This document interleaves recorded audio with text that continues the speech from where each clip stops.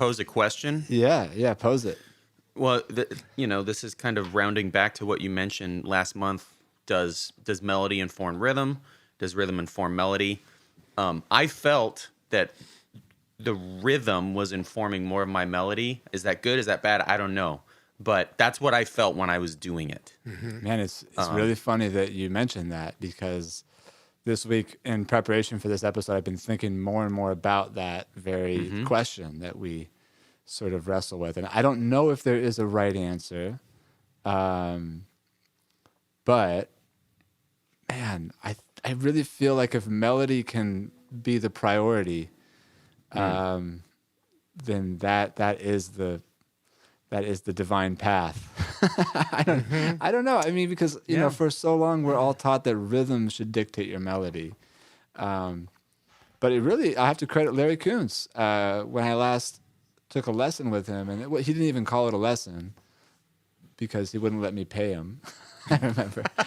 But I remember asking him about that, and he goes, I actually think that melody dictates all of that, because melody tells you where your spaces are, and melody tells you what your story is, and melody tells you the narrative, and it tells you what the dynamics should be, and all these things that I think can sometimes get lost if rhythm is the main priority. Doesn't mean that they do get lost. It just, maybe it's a different way of looking at the same thing, Will. It's not necessarily wrong or right, but yeah, I think in the spirit of this episode, I've been feeling like melody is the ticket. John, what do you think? Well, certainly just that experience right now, I was more inspired to explore the laying back, the swing kind of vibe with playing really straight and then locking in with you and bringing out those contrasts, because those contrasts to me informed me to play different melodic ideas and different ranges. So just in that moment right there, it was almost like the feel was dictating my melody a little bit. And certainly I feel like this issue, like what we're talking about, melody dictating rhythm, rhythm dictating melody, in like a group setting, if I'm playing with a drummer that is just making it feel so good to play, then a lot of times, the rhythm is really driving how I'm choosing to play melodic. If I'm not playing with the drummer, and if I'm kind of the person in the group that seems to be tethering us down to the time feel, then a lot of times how melodic I'm playing dictates how the time feel is being projected to other musicians. So it is interesting. I think as I'm going farther, I would think about that the exact opposite. You said if you weren't playing with the drummer, your melody would dictate your rhythm. But if you were playing with the drummer, your rhythm would dictate your melody. Yeah, like playing with a really great drummer, it's so magnetic to play rhythmic in that situation. And I want to I want to get close to that level. I recently played with Jeff Hamilton, and Jeff is so swinging, and it's so powerful playing with him. It's almost like going to see a good chiropractor. He just I'm fixing that part of your time and fixing that part of your time.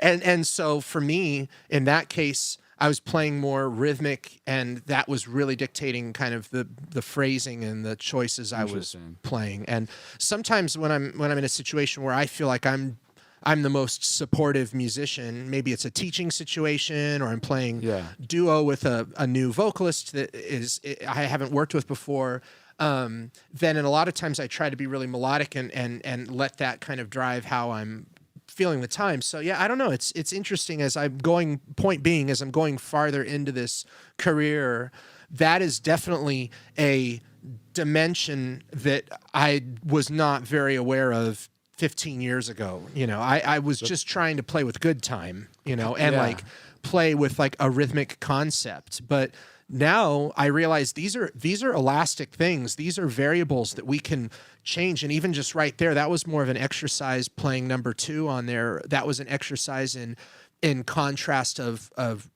rhythm for me and feel against the beat, because I felt like you were playing very clearly this beat. And I wanted to kind of interact with that, and that was more the point of what I said artistically right there. So A lot of my inclination is that you have to sort of establish the ability for rhythm to dictate your melody before you can actually get to a point where melody just sort of reigns supreme over the way you play. Because when I hear Ornette Coleman, I hear just someone who is just enveloped in a melodic way of playing, and so is everybody else around him. Yeah. And I would even say, to your experience with Jeff Hamilton, he's also a very melodic drummer too.